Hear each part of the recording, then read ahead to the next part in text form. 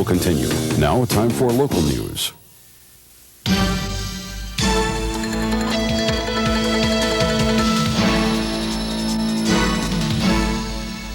With Shelby Headline News, I'm Rhonda Benfield. Happy New Year. It's 1992. Here are the stories we're following. Cleveland County's 4th annual Caroline was a success. Favorable weather conditions held out for a good turnout. It's wonderful. We've had a lovely, good weather evening, and people are really flocking out in numbers. All of our locations seem to be full, and everything looks great as far as our crowd is concerned. Barbara Brock is director of the Cleveland County Arts Council, sponsoring the New Year's celebration in Uptown Shelby. We caught up with her during some of the highlights at Caroline. We have probably over 250 people who participate in all the activities as performers the night of the festival, and that does not include our Arts Council volunteers. Caroline, which means a cluster of bells, is known for its grand finale, a massed handbell choir. We'll be back right after this. And today, Cleveland County residents talk back about their New Year's resolutions. My New Year's resolution is to quit speeding. To quit biting my fingernails. I don't make any because I don't ever keep them. I like to study harder and in school. I have the same one that I've had for the last many years, and that's to lose weight. And this year my husband has bought me a treadmill, so he intends for me to lose weight. Let everybody live in peace and harmony. I'm not going to have one because I never keep it, so why bother? And here with a special movie minute, the infamous Noel T. Manning II.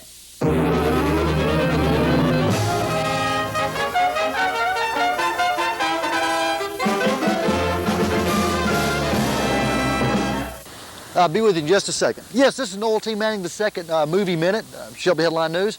I'm trying to get my 1991 Golden Globe nomination list. I've not received it yet.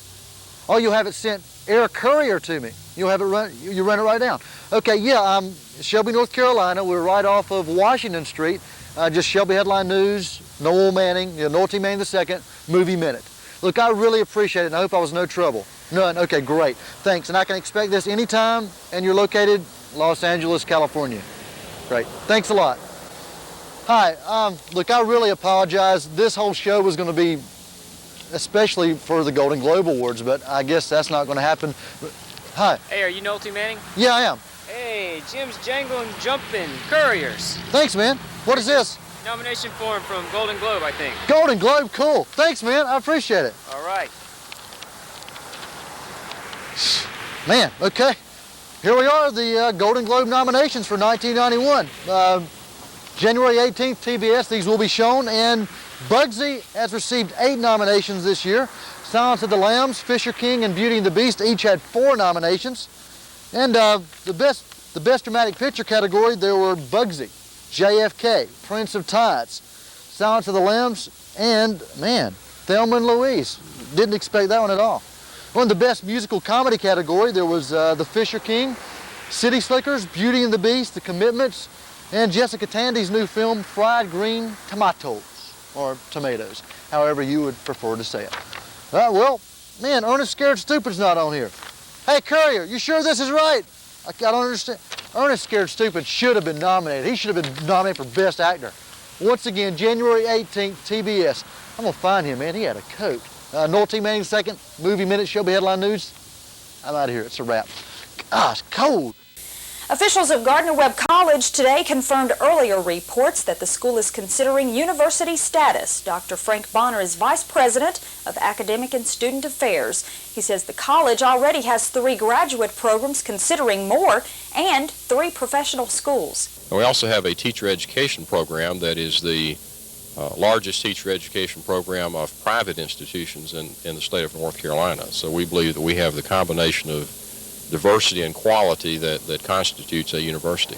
Bonner says there are no specific requirements the school would have to meet. A public forum will be held next Thursday, 4 p.m. at the Dover Chapel.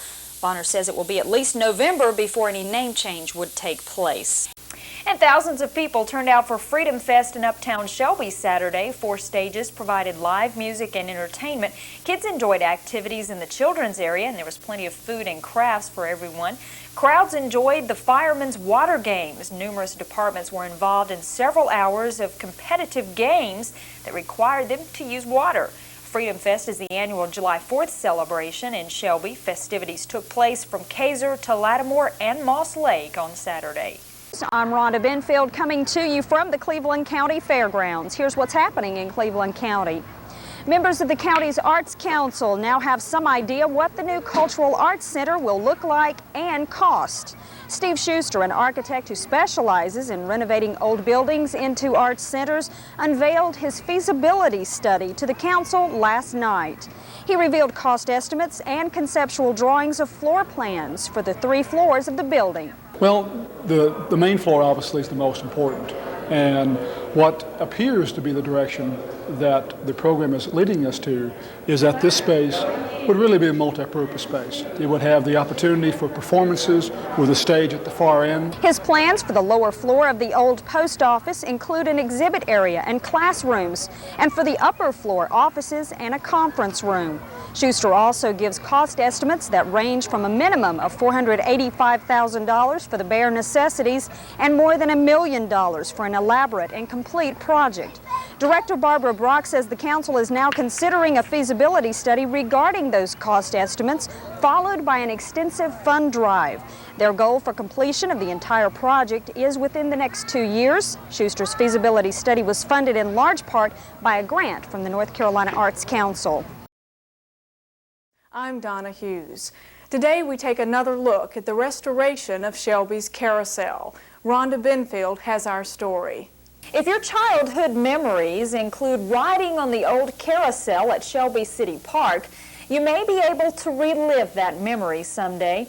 The carousel has been the focus of a restoration project for the past 2 years. Tom Forney has been employed by the city to work on the carousel full-time, and he's learned a great deal about the carousel's history. But it was more than likely on one of the traveling carnival circuits. Most likely here on the eastern part of the United States. J.S. Dorton, who was head of Parks and Recreation and the Cleveland County Fair, the 2 banks here in town, First National and Union Trust, they put up the money, and it was about, I think they originally put up about $4,000 a piece. It was an all-horse carousel, all jumping, all horses, 36 horses and 2 chariots. Forney says there are questions about the carousel, like whether some of the horses were traded for different animals. Sometime later on, probably 10 years after it was brought here, evidently the Lake Lure carousel was broken up and sold, and somebody traded either 2 or 4 animals, the lion that we have and the elephant, and I suppose the 2 dogs, for 5 or 6 horses. So we're missing a few horses, but we have a lion and an elephant, and those pieces are very rare. He also discovered that the carousel was nearly destroyed by fire in 1951.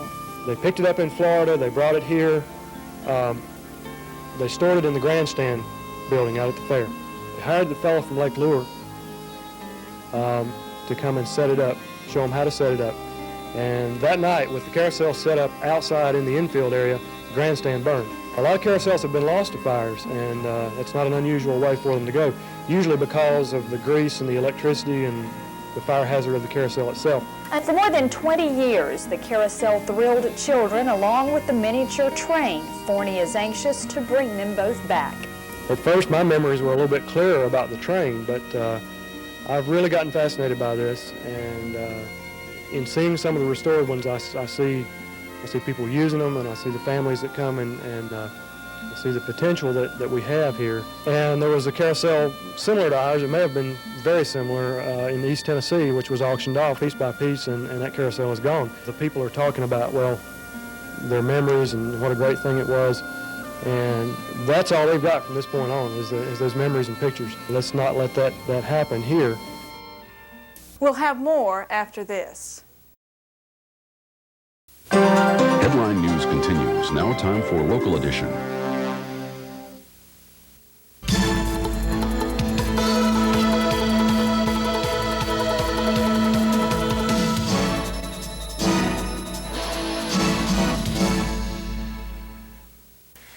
Good afternoon with Shelby Headline News. I'm Rhonda Benfield. Here's what's happening in Cleveland County. A traveling exhibit featuring a collection of coastal World War II artifacts, photographs, and documents is now on display at the Cleveland County Historical Museum. It features items from the Civil Air Patrol base in Manteo, North Carolina. The museum also added a display from the local Civil Air Patrol as well. Lamar Wilson, museum director, says it includes information on a lesser-known group called the Jolly Rogers. And they trained in Manteo area up and down the coast and were later sent to South Pacific. And we've been told that they had higher scores and many more kills than Pappy's squadron. Paul Bridges of Shelby operated the old Bridges Airport at Highway 180 and Airport Road. He was active in the Civil Air Patrol, and his sons still are. They're responsible for getting the exhibit here. A picture of Paul Bridges is included in the display. It also includes uniforms, smoke bombs, a 100-pound practice bomb, and hundreds of documents and declassified materials.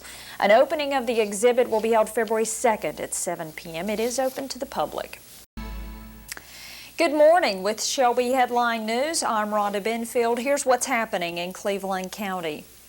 A mixed beverage campaign in Shelby is now in full swing. Yesterday, election officials set a date for voters to decide the issue. Law required the election be held before May 21st. Proponents were wanting a date in March. Opponents had hoped for May. The Board of Elections decided to compromise with April 20th. Supervisor Deborah Blanton has prepared a proposed ballot. The actual wording of the ballot will read, to permit the sale of mixed beverages in hotels, restaurants, private clubs, community theaters, and convention centers. And this, in fact, is liquor by the drink. She says there are some specifications for hotels and restaurants who have a license. The establishments that will be providing mixed beverages must be generating at least 51% of their total receipts from something other than the sale of alcoholic beverages. Blanton says roadside bars seen in other states won't be a concern here since North Carolina law forbids them. In the state of North Carolina, it is not legal to have a bar on a corner, so to speak. For a restaurant to be able to have a mixed beverage license, they must have a seating capacity of at least 36 people. Both sides are poised to decide the issue. They continue meetings. Opponents met as recently as last night. An election schedule has also been outlined. If you plan to vote, you must register by March 22nd. Absentee voting begins March 23rd and ends April 16th. The election April 20th, and votes will be canvassed April 22nd. The Board of Elections now has 10 weeks to prepare for the election. Blanton says they'll need that with the additional voters in recently annexed areas. Good evening with Shelby Headline News. I'm Rhonda Benfield. Here's what's happening in Cleveland County. Visitors to the new Cleveland Memorial Hospital now have a new policy to abide by. The hospital's new visitation policy went into effect Monday. We spoke with Public Relations Director Dean Jinks. Cleveland Memorial Hospital decided to initiate a new visitation policy, the general goal being the overall well-being of our patients entrusted to the care. We have already had several comments from former patients at Cleveland Memorial in wishing that the policy had been enacted while they were actually patients here. Visiting hours are still noon to 8:30, 7 days a week. Under the new policy, visitors must obtain a pass from the information desk. There are 3 per patient. One is a white card given to the patient at the time of admission. It allows an immediate family member to visit at any time. Children under 12 are not allowed to visit, and only 3 visitors are allowed in a patient's room at once. There are also 8 specialty areas within the hospital. General visitation guidelines apply in pediatrics, intensive care, surgical care, and outpatient surgery. 1 visitor is allowed with a patient in labor and delivery and emergency. No visiting in the nursery, and obstetrics has its own waiting room hours. Administrators feel there will be better control of visitation now. Good evening with Shelby Headline News. I'm Rhonda Benfield. Here's what's happening in Cleveland County. Shelby's new Lowe's store held its official grand opening and ribbon cutting this morning. County Commission Chairman Cecil Dixon did the honors with a saw and a ribbon attached to a wooden board. The new store is an expansion from the previous one, which opened in 1981. The new store is 80,000 square feet and has 26,000 items. Lowe's made a special presentation to its operational vice president, Frank Beam, a framed picture of both stores. Lowe's made yet another presentation today, a $1,000 check given to Washington Elementary School and the Communities in Schools program for their Project 2000. That project is raising funds to build a home for the Doug and Virginia Wilson family. They have a son who attends Washington Elementary. City and county dignitaries and Lowe's management were all on hand for this morning's opening. A cellular phone company has decided to headquarter itself in Shelby. The new business announcement was made this morning by Michael Green, the man who will head up Cellular One in Shelby. Well, I believe cellular telephones have enjoyed a great success in this country primarily because people want to communicate with other people, and we've become a very mobile society where we are not always at home or at work, and we need to be productive when we're away from home and work. An architectural drawing of the new building has been created. The 11,000 square foot facility will be located on Highway 74 bypass and will initially employ 30 people. A 2,600 square foot branch office will be located in Hendersonville. Local contractors will be used to erect the $1 million structure, as well as 8 cell sites at a cost of between $500,000 and $1 million each. The franchise company will cover a 6-county area here and is independently owned. Cellular One is the first brand name of cellular telephone. Green says today there are more than 11 million users of cellular phones. The new cellular phone service should be in operation here by mid-June. And Shelby's 10th annual Spring Fest on the Court Square was a big hit this year. Thousands of people turned out to enjoy the food and festivities. Entertainment included some new groups, and the festival added Heritage Row this year. Those attending also enjoyed traditional favorites like the art and essay displays and contests and Pets on Parade. That annual parade, sponsored by the Humane Society, brings dozens of pets who parade the festival as well as the contest. And for your information, the 2nd annual South Mountain Crank Up will be held May 8th on Highway 10 at the Kaiser Park in Kaiser. Tickets are $3 for adults, and children 12 and under get in free. For more information, call 538-8729. Your Cleveland County weather forecast for today: mostly cloudy, a high of 73. Tonight, mostly cloudy, a 30% chance of showers, the low 60. Tomorrow, cloudy, a 50% chance of rain, the high 75. And before we leave you, we have more highlights from Saturday's Spring Fest in Shelby.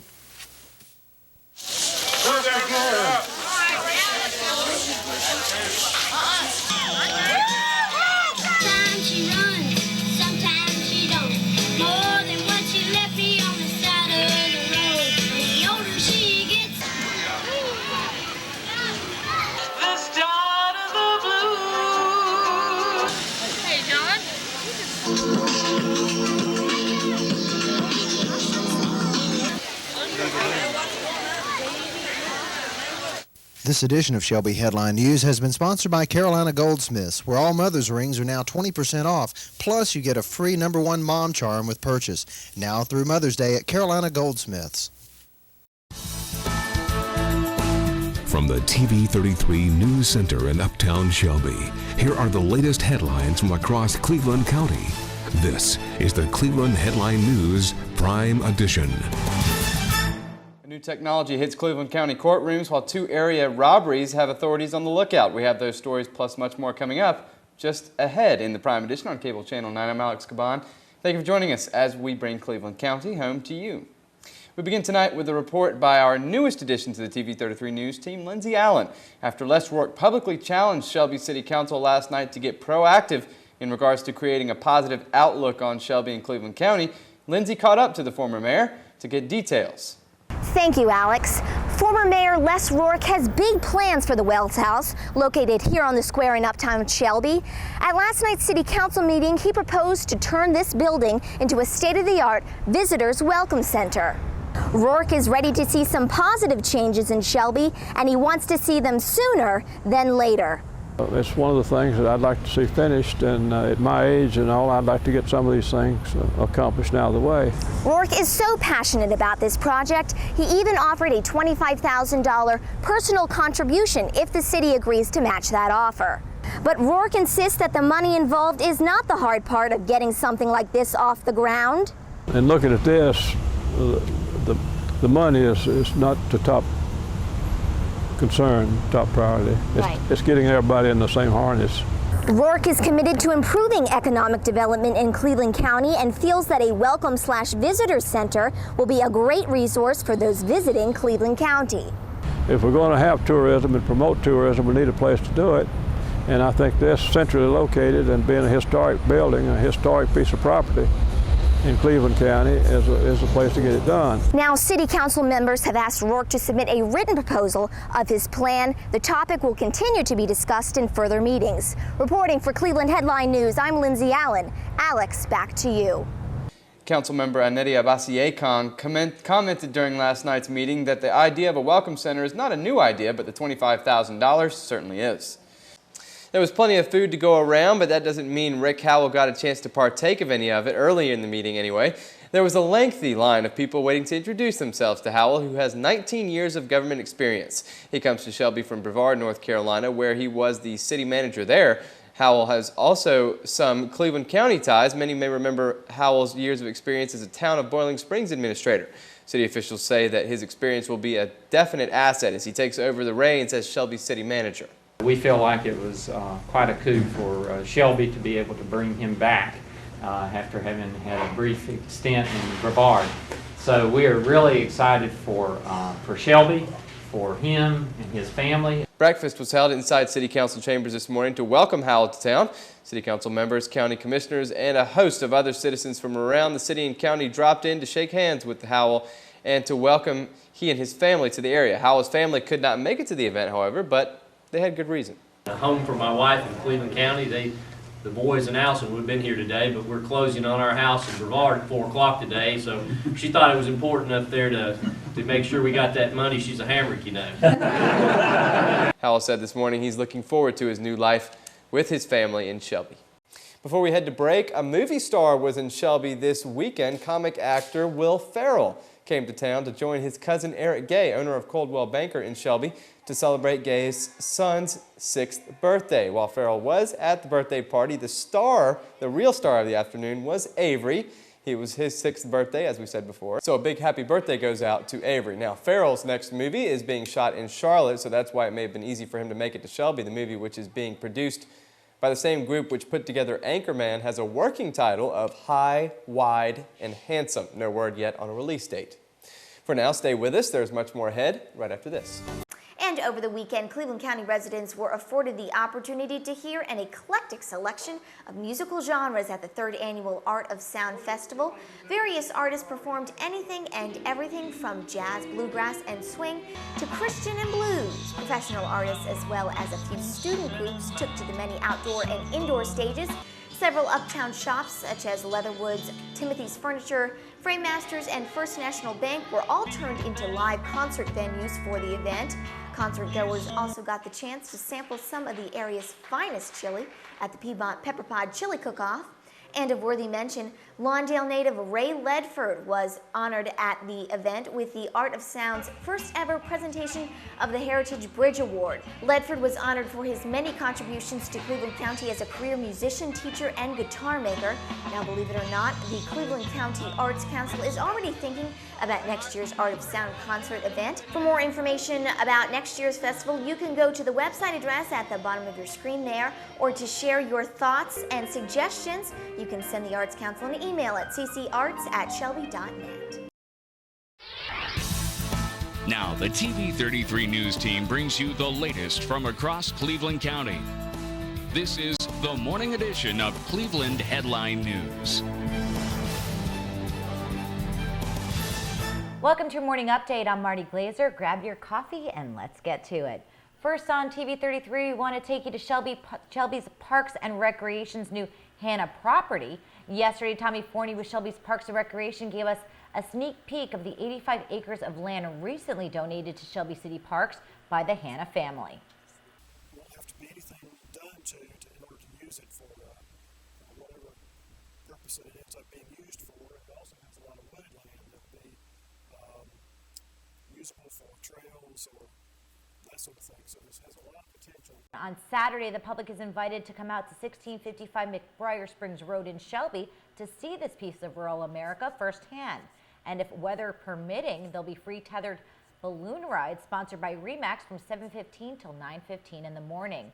The full-day event will also include kite flying, games, music, hay rides, hiking, mountain biking, and more.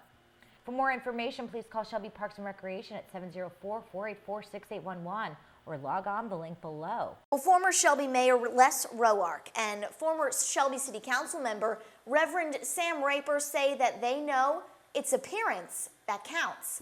That's why the pair are teaming together to help spruce up one of the most visible corners in uptown Shelby, the corner of Warren and Washington Streets. Using money collected through the Raper-Roark Trust Fund, a fund devoted to beautification projects in uptown, the landscaping surrounding the entire Cleveland County Arts Council is getting a complete facelift. The appearance is the initial and principal base to start with. Economic development can spring from all of those features that a good appearance creates. Now landscapers started their work on the $4,500 project this afternoon. They hope to start planting by early next week, weather permitting. In a few weeks, they say, look to see a whole lot of new shrubbery, plants, and of course flowers in uptown. Welcome to the Tuesday Midday. I'm Donna Huey Brooks, sitting in at the news desk today. This weekend, the community is invited to share in the encouragement of youth success, community rebirth, and renewal. That is more than just a family fun activity, but it hopes to revive the hopes of the community at large. The 5th annual Community Explosion, sponsored by Mount Calvary Baptist Church, is being billed as such an event. In partnership with the Weed and Seed program, the Community Explosion invites residents to be part of the positive activities of the Carolina Avenue corridor and beyond, reminding residents that the city is what they make of it and encouraging every resident to become part of the positive movement. What we're really looking for is hope. I think that because of what's happening in this community, maybe people's expectations has somehow been suppressed. And what we want to do is now renew those expectations, give people hope. Now there will be vendors on hand, health screenings, community organizations, elected officials, as well as family fun activities for people of all ages. The fun begins Saturday at 3 p.m. and TV 33 cameras will be on hand. We hope to see you there. Destination Cleveland County is proud of their new theater venue, the Old Flick. And while council says they will match the $500,000 needed for renovation, Destination Cleveland County officials say the cost is not from the Shelby taxpayers. It's the tourists that are coming through town or people coming through town to stay at our hotels and motels. I think it's 2 or 3% that they pay each night they stay. And the city gets their portion of that along with the county. Yesterday, TV 33 was lucky enough to take a guided tour inside the 1939 structure, and while the power and the air was off, it was a treat to see what the facility holds. Here we've got a good foundation. There's no problems there. There's no crawl space to deal with, termites or anything like that, and the city has kept a good roof on the building. Coordinators say you too can come check out the Flick for yourself before the renovations begin, so mark your calendar now for their open house on November the 8th. And straight ahead, Destination Cleveland County tonight is putting on quite a show. When we return, we'll tell you what to expect from the big concert. Hey, good morning, sweet Cleveland County. I'm Katherine Larson. We begin this morning with a special glimpse into last evening's memorable sold-out Earl Scruggs concert and why at the heart of it, his hometown talent is still looming large. It's not every day one famous octogenarian performer graces the stage in Cleveland County, and clearly no arthritis is in his veins. How are your fingers feeling tonight? Very good, very good. They're in top shape. Yeah. Earl Scruggs' mind was sharp as we picked his brain on what the Destination Cleveland County Coming Home night meant for him. A lot of work's been done before I got here that I don't even know anything about, but they always do a good job. I'm proud of them.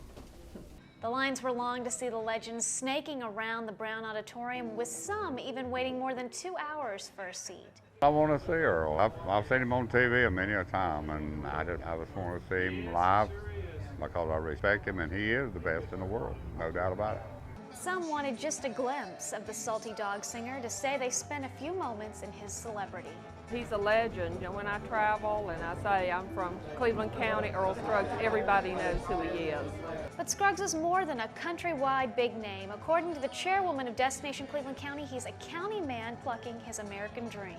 He's just a delightful gentleman. I told my husband when I first met Earl a year ago, I said, you know, I've come home tonight and I have met one of the finest men that I have ever known.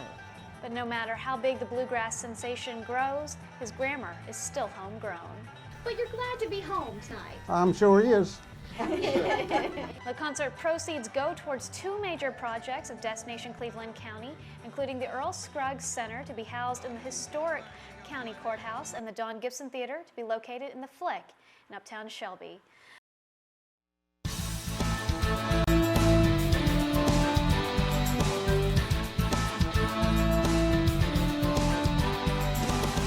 Good evening. Welcome to TV33's evening edition of Cleveland Headline News, updating you with the latest local news in and around Cleveland County. I'm Danielle Anzalone.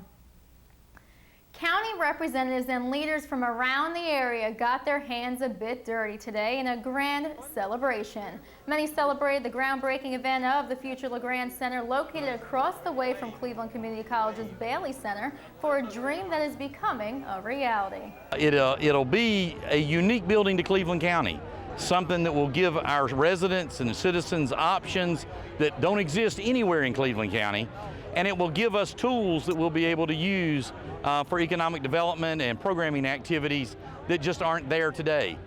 The 88,000 square foot, $18,700,000 LeGrand Center is a three-partner project made possible by the team efforts of the historic LeGrand family. The project started as an attached building on campus, then grew to a vision of something that can become a landmark to the community, according to County Commissioner Eddie Holbrook. It's a collaborative effort between three major boards in the county to do a state-of-the-art facility that's going to put our county and our community on the map. Some background information on the LeGrand Center. Representatives say the facility is a smart building which manages heating, cooling, and light efficiently. The center offers the latest technology in terms of audiovisual systems, and according to representatives, the project is an economic development tool that goes far beyond the community college. It's for the entire community. It'll provide a great continuing education setting for us. We're always excited to work with our public schools, with the Early College High School, and it'll be a really exciting dimension to work with economic development and travel and tourism as we look at programming in the conference center. The facility, unveiled October of last year, has been in the works more than a year since architects Holland and Hamrick were selected for the project's construction. The multi-purpose building is designed for the college's continuing education department, Early College High School for Cleveland County Schools, and a conference center that could hold up to 1,600 people. The center is expected to be complete in March 2012 and will feature a unique retractable wall system that could subdivide space into smaller sized rooms. Now, the final product, while still months away, is already receiving raves from the school board members. As the sun began to set, board members went from room to room getting the tour of the new Shelby Middle School, which will no doubt be the envy of all the county with its classroom technological advances, cohesive design, state-of-the-art sports field and facilities, and room to grow. It's truly a school for all people since the design input came from all areas. We had teachers, we had administrators, we had some parents and students even. We had our architects were crucial in leading that process to get as much input as possible. Now, the new school would be 140,000 square feet, a two-story facility complete with smart technology as well as being environmentally friendly. The students are expected to be the final touch and fill classrooms in the fall of 2011. In other local news, it is officially confirmed Shelby will be the home of the American Legion World Series permanently coming 2011. U.S. Senator Kay Hagan, a Shelby native, congratulated the city, stating the event will boost tourism and stimulate local and regional economies. The league has more than 5,000 teams and 100,000 participants from ages 15 through 19. Welcome to the Tuesday Midday. I'm Donna Huey Brooks. Well, it's lights, camera, and action. That's the well-known phrase that will soon be spoken right here in Shelby as the cast and crew of the movie Artemis begins shooting in Cleveland County this week. Now, yesterday, cameras and crew were on set in Burke County as a half-mile stretch of the Henry River Road was shut down for filming. And while it was a locked set, we do have video courtesy of our news partner, WSOC in Charlotte. Now, it's estimated that the film crew involves more than 100 people, and that translates into economic booms for some local businesses. Now, on Wednesday, they'll bring that economic wave here to Shelby as shooting in the old P&M warehouse is set to begin. Now, already the construction work has begun at the old warehouse, and the roads surrounding the facility are being closed. But it's clear that something is happening there, and that's the giveaway, because that property has been dormant for years. Now, it's not clear just how long the film crew will remain in Shelby, but they're already setting up tents and plenty of porta potties. Now, there are several other locations around the state that the film will be shot in, but many are hopeful that this is only the beginning. Artemis is based on the trilogy of books by author Susan Collins. It's believed that Artemis is the book The Hunger Games, brought to life on the big screen. Now, if all goes well, the film crew could return to shoot the film's adaptations to the second and third books as well. Good morning. Welcome to the morning edition of Cleveland Headline News. I'm Barry Dietz. Shelby City Council member Stan Anthony announced yesterday that he plans to run for mayor of the city. At a press conference in front of the Don Gibson Theater, Anthony outlined his plans for the city's future. TV 33 caught up with Anthony later in the evening. My plans over the next few weeks to walk the neighborhoods of our fine city, to talk to as many folks as I can, to hear what concerns they have, and I'm looking forward to the fall campaign. The new candidate has been involved in a number of notable community projects over the years and has been a member of the City Council for over 2 years. He filled a seat left vacant in 2009 by the death of Larry Ware. Anthony also stressed the importance of citizens getting out and voting in the fall election, which will be happening on October the 11th this year.